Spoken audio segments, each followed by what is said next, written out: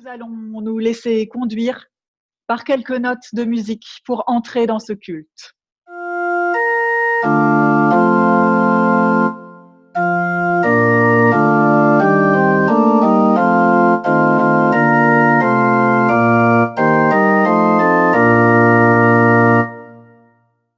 Frères et sœurs, dans le silence de nos villes et de nos campagnes, dans la solitude et l'isolement de nos vies, dans le trouble de nos cœurs, il est des lieux comme celui-ci où nous pouvons faire une halte ensemble pour partager un bonjour, pour se sentir entouré, enivré d'un sentiment de liberté.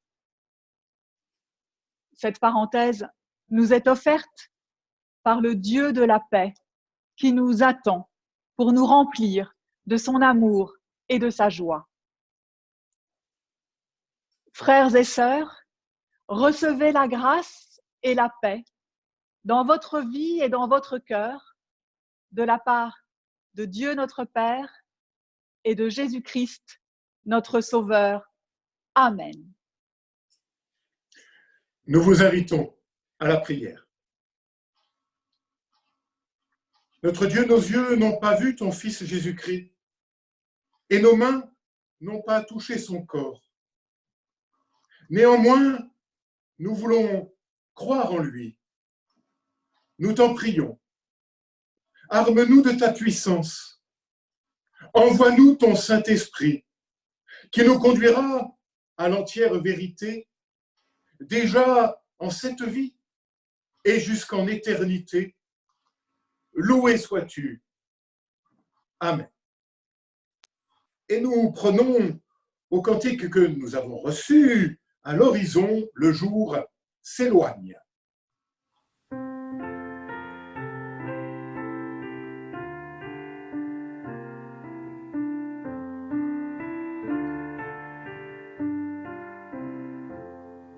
À l'horizon, le jour s'éloigne, l'obscurité descend sur nous. Comme au matin, nos mains se joignent et nous te louons à genoux. Seigneur, tandis que notre terre poursuit sa course dans les cieux, toujours l'Église à ta lumière est vigilante en quelque lieu, puisqu'à chaque heure avec l'aurore, le soleil lit sur un sommet la voix qui prie et qui t'adore. Seigneur, ne se taira jamais. Quand je repose, d'autres veillent à l'Occident sous ta clarté et chantant bien haut tes merveilles, ne cesse pas de t'exalter. Jamais le soleil ne se couche sur ton royaume, ô Dieu puissant. Il faut qu'un jour toutes les bouches chantent ta gloire en saints accents.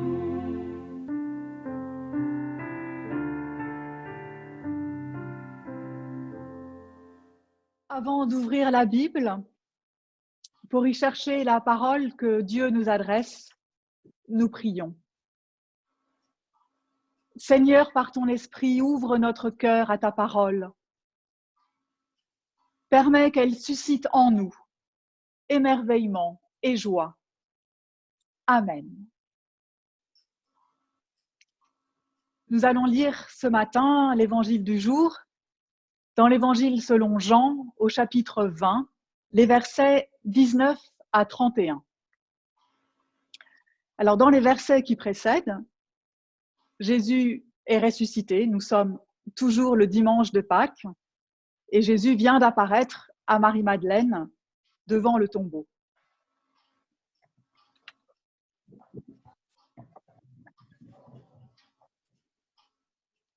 Le soir de ce même jour, qui était le premier de la semaine, alors que par crainte des Juifs, les portes de la maison où se trouvaient les disciples étaient verrouillées, Jésus vint. Il se tint au milieu d'eux et il leur dit : « La paix soit avec vous. » Tout en parlant, il leur montra ses mains et son côté. En voyant le Seigneur, les disciples furent tout à la joie.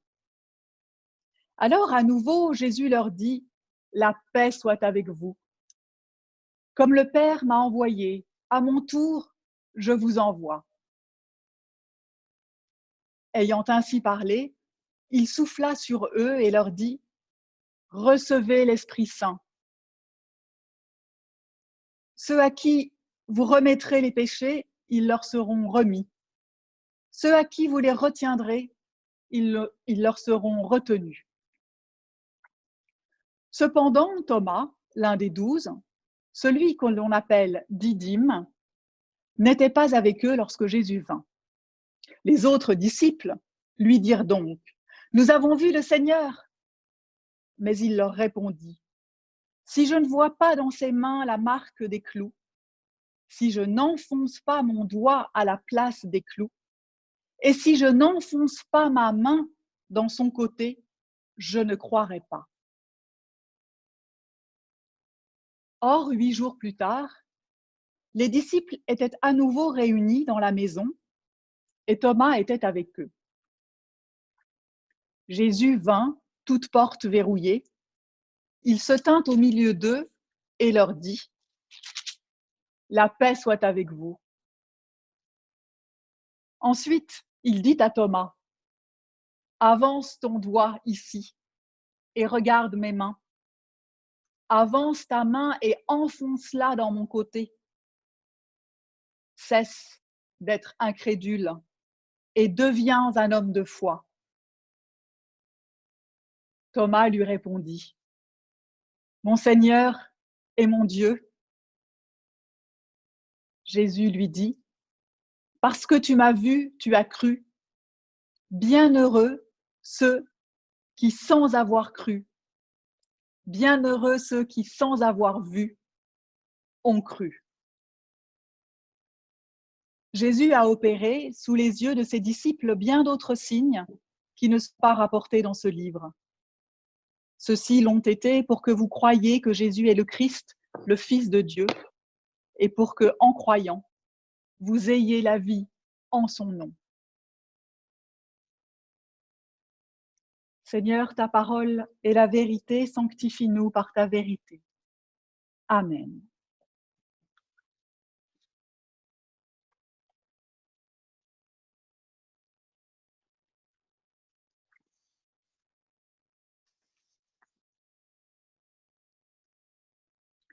Chers amis, frères et sœurs, est-ce que vos familles, vos amis vous manquent ? Je suis sûre que oui.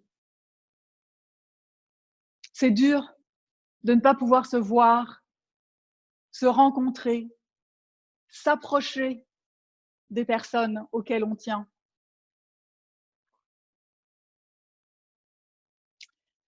Eh bien, voici que nous sommes à la fin de l'évangile de Jean. Ce sont les derniers versets de la version d'origine, puisque le chapitre suivant, le chapitre 21, le dernier dans nos Bibles, a vraisemblablement été rajouté par des élèves après la rédaction finale, en tout cas la principale rédaction finale de cet évangile. Nous venons donc de lire les derniers mots de Jésus. Jésus est là. Dans son corps ressuscité, il se tient devant les disciples. Ils peuvent le voir et même sentir son souffle sur eux. Il est clair, en tout cas dans l'évangile de Jean, que Jésus ne se présente pas aux disciples sous la forme de son corps humain. D'ailleurs, Jean prend bien soin de nous dire à 2 reprises que Jésus est passé à travers les murs de la pièce, comme pour éliminer toute possibilité que Jésus soit là en tant qu'homme. De plus, dans cet évangile, Jésus quitte le monde des humains et son apparence humaine pour retrouver Dieu, son Père, au moment de sa mort sur la croix, quand il dit « Tout est achevé ». Mais là, dans cette pièce verrouillée, grâce à la vue et à son souffle qui les touche, la présence de Jésus se fait réelle et physique pour les disciples.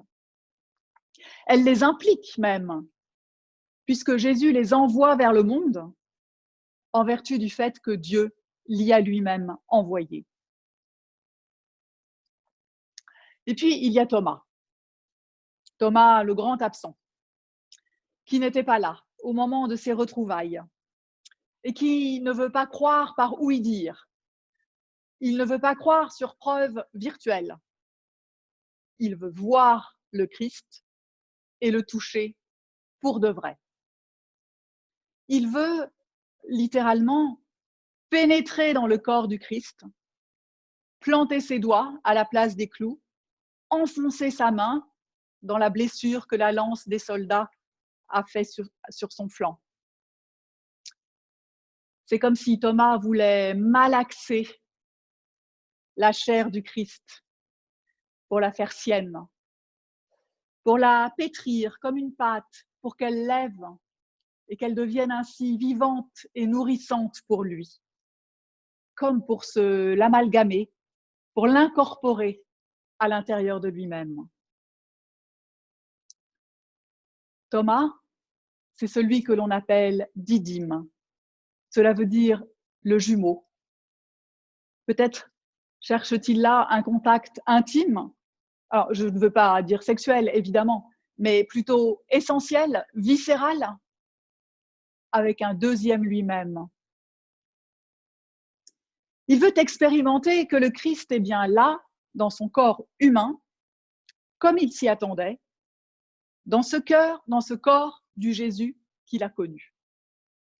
Parce que pour Thomas, il n'y a pas de vie sans vie physique. Il n'y a pas d'autre relation que celles qui mettent en jeu des corps de matière. Et quand 8 jours plus tard, Jésus lui propose de se livrer à cette expérience, Thomas y renonce. Il ne mettra pas ses doigts ni sa main à l'intérieur du Christ. Il se contentera d'un rapport plus éloigné, plus éthéré, la vue, en quelque sorte une relation à distance. Il découvre, grâce au Christ ressuscité, que dans l'immatériel, il y a aussi de la vie. Que le Christ peut être ressuscité pour lui sans qu'il ait besoin de se nourrir de sa chair. Et c'est là qu'il devient croyant. Quand il cesse de vouloir s'approprier l'homme Jésus, quand il fait le deuil de sa personne, de sa résurrection humaine, quand il laisse le Christ être le Fils de Dieu. Quand Thomas accepte de ne plus avoir la main sur le Christ, là, il devient croyant. Thomas qui voulait toucher, croira finalement en ne faisant que voir. Mais le Christ nous demande une étape supplémentaire. Il nous dit, ou il lui dit à Thomas, « Parce que tu m'as vu, tu as cru. Bienheureux ceux qui, sans avoir vu, ont cru. » Et ce sont là les dernières paroles de Jésus. C'est le testament qu'il nous laisse. Il nous dit, vous ne pourrez plus me voir. Il faudra croire sans me voir, et a fortiori sans me toucher. Notre relation, dit le Christ, ne sera plus physique. Elle sera, si l'on peut dire, virtuelle, mais elle n'en sera pas moins forte et puissante. Frères et sœurs, le dictionnaire indique que ce qui est virtuel s'oppose à ce qui est actuel, daté, à un moment. Ce qui est virtuel peut advenir en dépit des circonstances, même en dépit de l'histoire et des traditions dans lesquelles il ne s'inscrit pas. Et le dictionnaire, toujours, dit que l'étymologie de virtuel est à chercher, figurez-vous, dans la vertu, dans le sens où elle signifie, ou peut-être elle signifiait, le courage et l'énergie. En ce sens, le virtuel fait événement, puisqu'il peut surgir pas, il est perpétuellement en puissance de survenance. Comme la résurrection du Christ, qui vient briser la ligne continue de l'histoire et de notre histoire. Frères et sœurs, le virtuel nous dépasse. Il ne nous permet pas de mettre la main sur le monde pour le faire nôtre, ni sur Dieu, ni sur autrui. Et c'est bien là l'exercice que nous vivons ensemble depuis 5 semaines, de créer, grâce aux moyens que la technologie met à notre disposition, une nouvelle communauté que l'on appelle virtuelle. Il ne s'agit en aucun cas de recréer notre communauté habituelle, de faire comme si, ou à l'image de, comme Thomas, qui aurait bien voulu faire sien le Christ. Mais il s'agit bien de consentir à ce que quelque chose de nouveau suspende la réalité habituelle et s'impose à nous. Le Christ nous a envoyés. Est-ce que l'élan de cet envoi se fracasserait contre un virus? Je reprends les paroles de l'archevêque de Paris, Monseigneur Aupetit. Nous sommes là pour transmettre la grâce, pas le virus. Et pour cela, il faut changer nos habitudes. Alors changeons. Il faut sortir de notre zone de confort. Eh bien, sortons. Mais changeons et sortons ensemble. Et transmettons la grâce. En se parlant, en se téléphonant, en s'écrivant, en s'écoutant, en n'oubliant personne, en participant à ce nouveau corps qui ne peut pas se voir directement, pas se toucher, et en y retrouvant la puissance de la foi à laquelle le Christ nous appelle. Frères et sœurs, nous sommes tous nés beaucoup trop tard pour voir ou pour toucher le Christ. Nous sommes beaucoup trop jeunes pour cela. Bienheureux qui, sans voir, croient. Il nous faut croire virtuellement, reconnaître en autrui mon frère, ma sœur de foi virtuelle, et ainsi être et demeurer ensemble, au nom du Christ. Amen.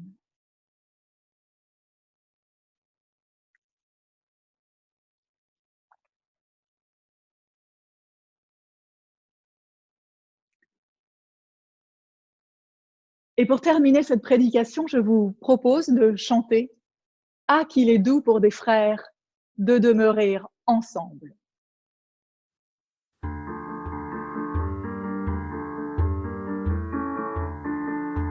Ah, qu'il est doux pour des frères de demeurer ensemble, dans l'unité la prière, par l'esprit qui rassemble.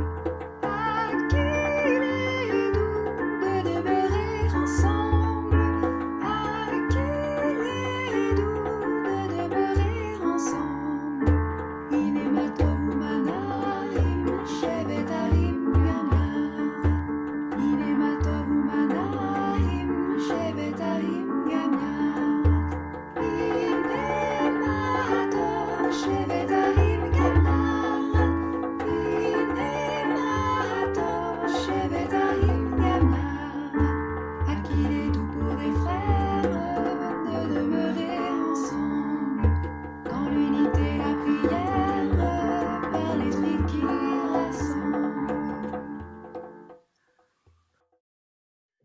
Et nous confessons maintenant notre foi avec les termes du symbole des apôtres, mais dans la version que nous proposait Clément Marot il y a 500 ans. C'est l'occasion aussi de redécouvrir l'épaisseur historique de ces mots.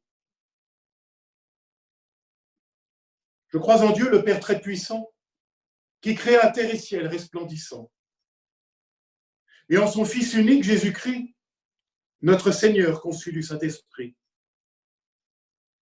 et de Marie, entière virgenée, de sous Pilate, à tort passionné, crucifié, mort, en croix étendue, au tombeau mis, aux enfers descendu, et qui de mort reprit vie au tiers jour, monta à la cieux, au céleste séjour, là où il sied, à la dextre du Père, Père éternel, qui tout peut et tempère, et doit encore de là venir ici, juger les morts et les vivants aussi. Au Saint-Esprit, ma ferme foi est mise. Je crois à la sainte et universelle Église, être des saints et des fidèles une, vraie union entre eux en tout commune. De nos péchés, pleine rémission, et de la chair, la résurrection, finalement, croit la vie éternelle. Telle est ma foi, et veut mourir pour elle. Amen. Je vais faire un bref temps d'annonce. Tout d'abord, pour remercier Agnès, Emeline et Claire pour les cantiques que nous avons et que nous allons chanter dans ce culte. Et puis aussi pour vous dire que, porté par cet élan de partage, de communion et de rassemblement au nom du Christ, les prochains cultes de l'église luthérienne de Saint-Jean et de la paroisse réformée de Montparnasse-Plaisance auront lieu en commun, comme ce matin, avec une participation plus importante des deux pasteurs de ces deux paroisses. Nous aurons ainsi la joie de pouvoir faire connaissance, comme nous l'avons fait au début du culte, et de partager ensemble la parole que Dieu nous adresse. Et nous pouvons maintenant élargir notre prière au monde dans la prière d'intercession.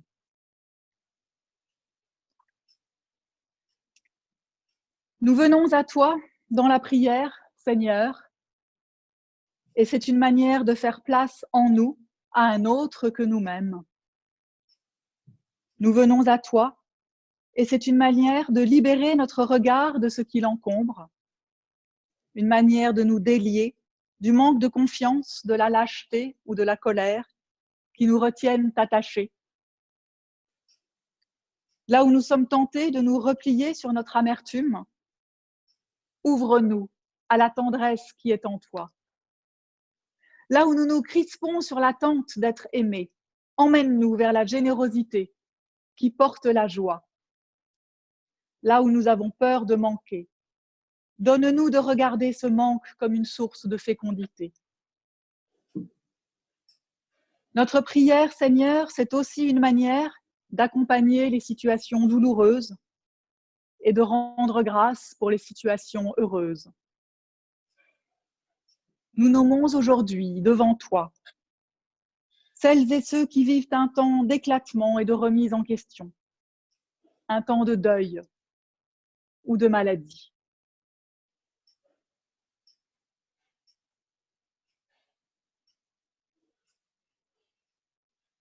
Nous nous réjouissons avec ceux et celles qui reprennent pied et qui ont des envies pour demain. Garde-nous accueillants à celles et ceux qui cherchent leur voie et vivent leur foi autrement que nous. Préserve-nous de toute suffisance et donne-nous plutôt de témoigner de la largesse du regard que tu poses sur chaque être humain, ce regard que nous accueillons maintenant en te disant « Notre Père qui es aux cieux, que ton nom soit sanctifié, que ton règne vienne, que ta volonté soit faite sur la terre comme au ciel. Donne-nous aujourd'hui aujourd'hui notre pain de ce jour. Pardonne-nous nos offenses, comme nous pardonnons aussi à ceux qui nous ont offensés. Ne nous laisse pas entrer en tentation, mais délivre-nous du mal. Car c'est à toi qu'appartiennent le règne, la puissance et la gloire, pour les siècles des siècles. Amen.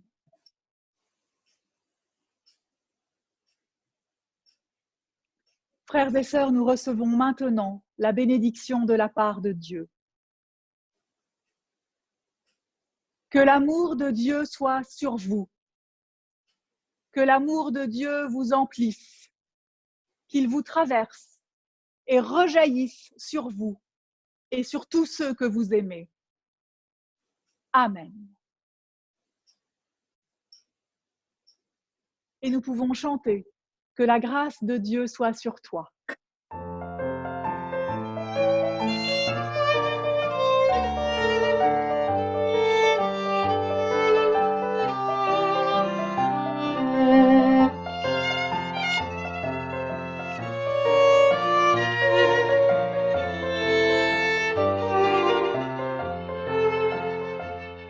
Que la grâce de Dieu soit sur toi, pour t'aider à marcher dans ses voies.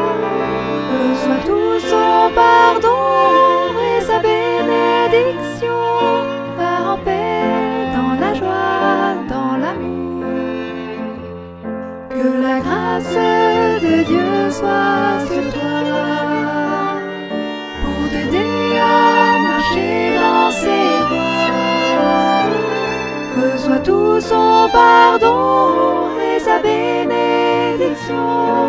Va en paix, dans la joie, dans l'amour.